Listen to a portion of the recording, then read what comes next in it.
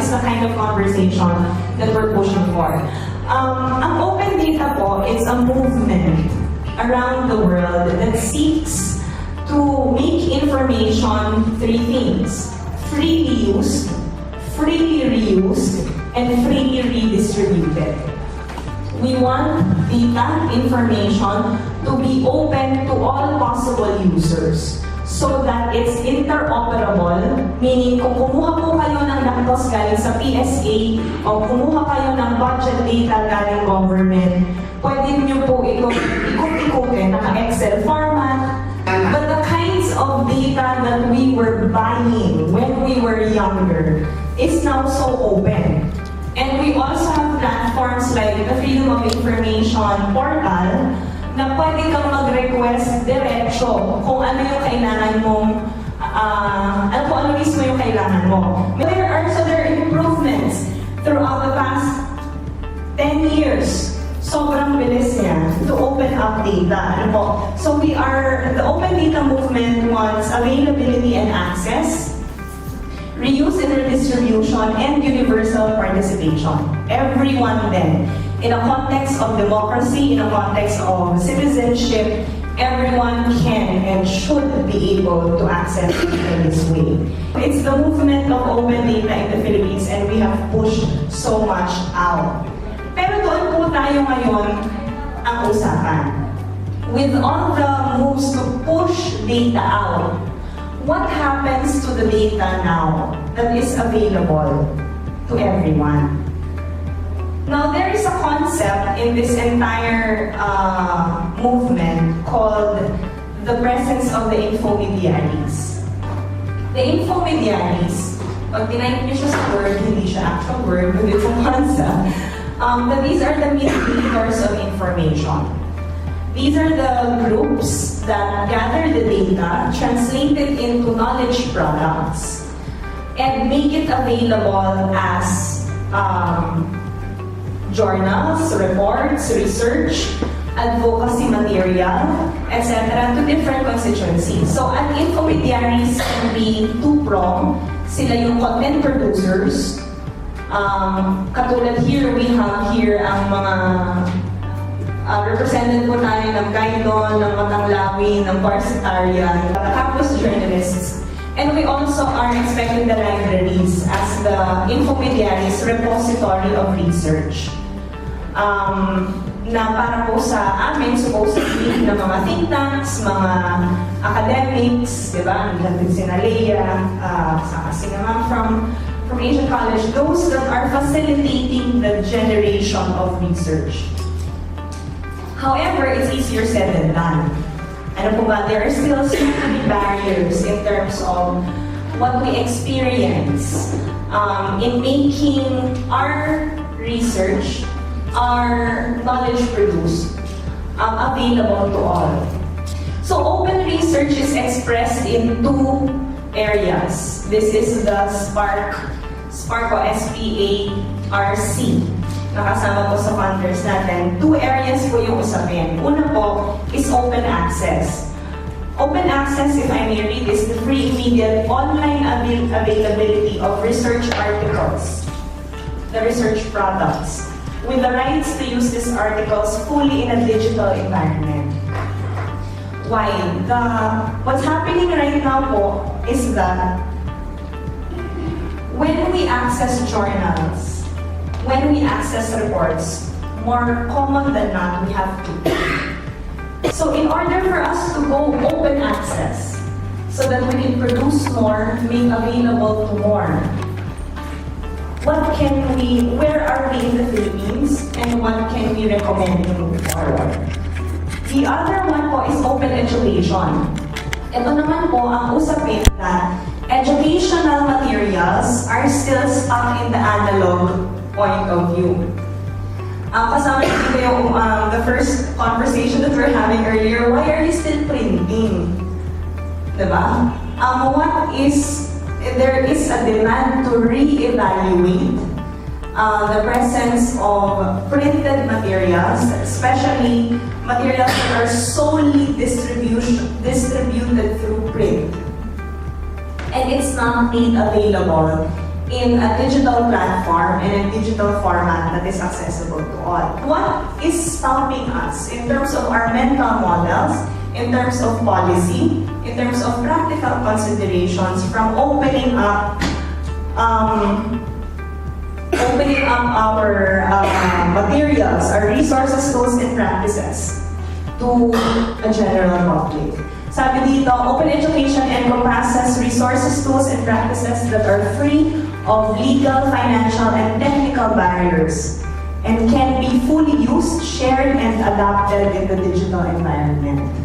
Open education maximizes the power of the internet to make education more affordable, accessible, and effective. Ayan. So yun po yung dalawang usapin that is put on the table as we push the movement of open data in the Philippines. I am Miguel Moreira, second graduate from the University. Hi, I'm Arthur Mariano. I'm the representative of University Library of the University of the Philippines. My name is Paul. I'm a fellow. I'm Zach. I'm the Linking Learning and Communications Officer of Voice. Grant Program siya degree in Oxford. I'm Professor Liza. I am the Research and Development Consultant, Research and Development Officer of Asian College, Quezon City. Hello, I'm Leonard. I'm a Research Associate for DBU. Hi, I'm Yusuf Ledesma. I'm the convener of the Philippine Center for Islamic Democracy and also from Action for Economic Reforms. Good afternoon, everyone. Mushi from the Presidential Communications Operations Office, Freedom of Information, Content Management Office. Hi, I'm Van Gamata from the ACT. Sige po niya po, in architect the ACT. I'm Juan Tutanes, Rizal Library at the University. Pursuing open research and open access and open education, ano po yung pag-uusapan natin? First is, where are we now on open data? We're saying earlier there have been so many strides, so much strides done. What challenges and opportunities remain on opening government data? At saka baka you're starting to open more than just government data. Let's see. Next, what are opportunities and challenges experienced by libraries as infomediaries to open research data and sources? How do we improve open access and open research practices in the Philippines so that information is not privileged to those who can pay or who can access, so that citizens can understand more and we can fulfill our role as content infomediaries in schools, in universities, in advocacies, in development work. How can we do this better? Okay po? Alright. So we designed this afternoon, this is very informal. We designed to have two sharing sessions. Ang una po is government muna. The conversation will be moderated by Bon Moya. Magandang hapon po sa inyong lahat. Mushi, I'm Mushi from PCOO-FOI team. And I'm the engagement lead of the Freedom of Information program, which requires government agencies to provide information upon request of citizens. Good afternoon, JP Acuña po. Data architect po ako sa DICT. So anything related to data, most likely I'll be part of the conversation. We're actually moving forward with defining a data architecture for government. And if given a chance later, I'll show it to you. Quickly discuss how it looks like, where all these types of data fits into the picture, and ano yung mga kailangan natin gawin moving forward. So we're also following several legal frameworks on the architecture's design. One is on the Data Privacy Act. We have the EFOI. We have as well as yung Open Data Policy. We also have the Anti-Red Tape Act for efficient, streamlined government processes. So all of those defined earlier, yun po yung ginagamit namin legal framework when dealing with data. So we'll be open for discussions. Grocery. If you want grocery, there are 3 tests. The first one is the test of the provider. Saan at sino ang nagpo-provide ng grocery. Okay? So kailangan sagutin mo yun, which brings you to the next test, yung test of availability. May grocery ka ba? Wala namang watercress, wala namang kangkong, panibaka, wala namang isda. So that's the test of availability. And then the third test is the test of freshness. Sure, meron kang isda, bago ba yung isda mo? Right? So, maybe ask our panelists first, representing at least the data that they're responsible for, or at least the data that they know of. Ano yung state ng government in those 3 aspects? The state of the question of the provider, and the proximity, right? Or how you can access it, the state of availability, and then the state of freshness or up-to-date. So in terms of the FOI program in the executive branch, provider, definitely only the executive agency since it's just an EO. We have no bill yet. That's why this is also a call to everyone to demand for the passage of the bill. And as long as it's they're already on board the electronic FOI portal, if you can also show po.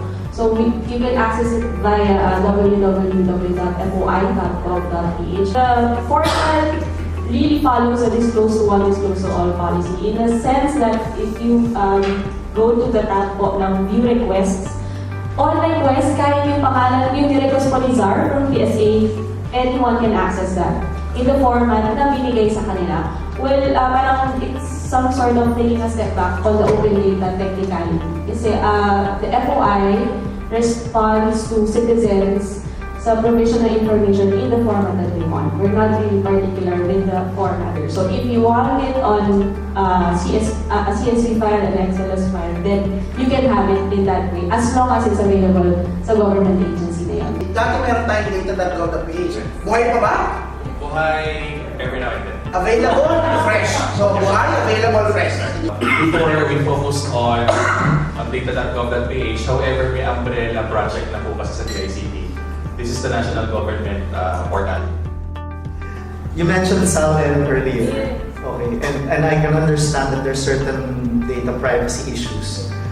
Pero, for example, you know, the government appointees, shouldn't their curriculum vitae or resumes be available? Can I ask for specific, you know, somebody's resume? Are there mechanisms that ensure the capacity at the local level in terms of processing and saka making the data available? Kasi what I observe, okay yung data sa the national level eh. Pero yung local level, very nuanced kasi yung gamit ng data at the local. Yung national level data kasi very helpful sa researcher. Pero contextual background na lang siya, tsaka national advocacy siya. Pero pagdating sa local level, local advocacies, local community projects, ano yan eh, very nuanced yung data at the local level. So, pero ang problema nga, usually hindi siya available. All of this is restricted only at the executive department. So what is the, let's say, DILG doing to at least influence LGUs to move towards this sort of actions? Kasi again, lalo na for the groups that we support, a lot, yung sa kanila, it's all about the LGU, how do you use the budget, yung percentage sa dito, saan ginagamit, sa paano yung Yung mga contracts that the governments enter into.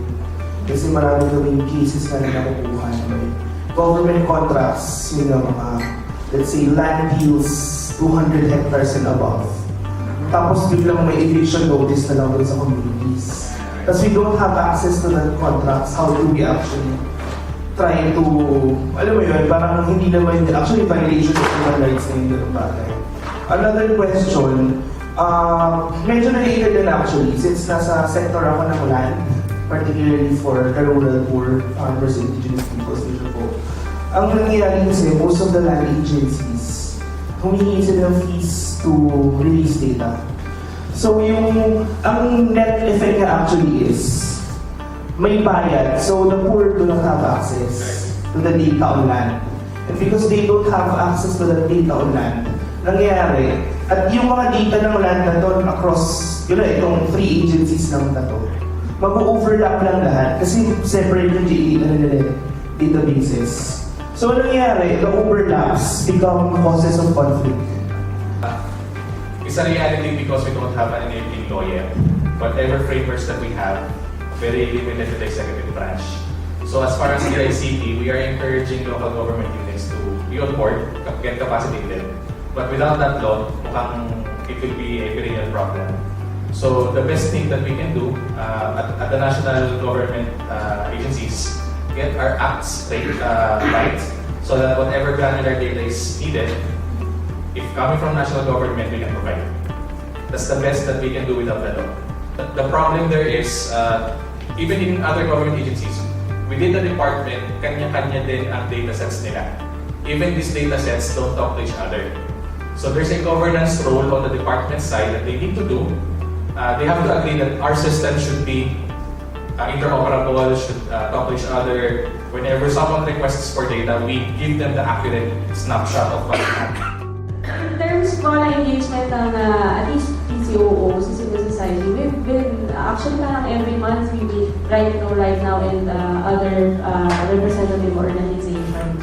And yung mention ko nga kanina, the establishment of the FOI Advisory Committee, that's the perfect venue for the CSOs to air their concerns. Pero yun nga, it's only on the right to information and other policies related to it. We do have plans of coming up with several exercises, activities.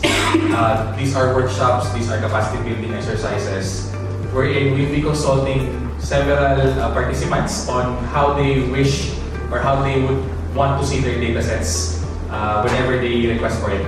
So we have so many technological solutions, but as to the use of it in actual analysis, then we have to engage yung mga demand side. We have the supply, but we don't know exactly ano yung kakailanganin from us. So yes, we have plans, but for now, I cannot comment on when. Pero it will happen this year. So please, whenever we send for invites, please attend. Because at the end of the exercise, may mga opportunities for giving recommendations, as well as opening up another channel of discussion. Marami po mangyayari this year from the DICT side, so please participate. Before I thank our panelists, I think we need to wrap up. And I'd really just like to make 4 points. Number 1, yung question dun sa government. Nung nasa labas ako ng government, we have this notion that there is this monolithic, singular concept called government.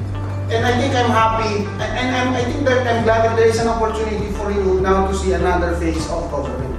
Ang second item na gusto kong sabihin is that we have to have evidence-based decisions and evidence-based declaration. So if I track the 3,000 FOI requests, right, versus the declaration that we need this and that, hindi yata nagmamatch. So ibig sabihin, we should require governments to listen. And for now, it seems like, although I'm not, it seems like some are listening. Now, the question is, are you speaking properly? Isa sa question kanina, hindi namin alam kung saan. Ngayon, sasagutin na namin, punta kayo doon sa EFOI portal, try nyo ito. So you have to speak, you have to promise to speak, they have to promise to listen. And then on the last point on participation, sino sa inyo dito nag-participate ng open data? Sino sa inyo dito ang nagbibigay ng data para may makinabang na iba? One example. Na nakapublish, di ba? Check. Yung mga hindi nagtaas ng kamay, have you participated in such an activity? And that activity is not necessarily just the paper. Meron yung tinatawag na knowledge economy. Sino nag-Uber at nag-Waze? Right? Every time you use Waze, you contribute information, private information where you are, that is then aggregated. And now there is a communal nature of where the areas ang traffic dahil nag-contribute kayo. So kung nag-contribute kayo ng data, on your whereabouts that provided a public good in terms of traffic, bakit yung mga researches na ginagawa nyo na mas valuable dapat kaysa dun sa data, we should then reconsider whether donating that will then provide a greater good.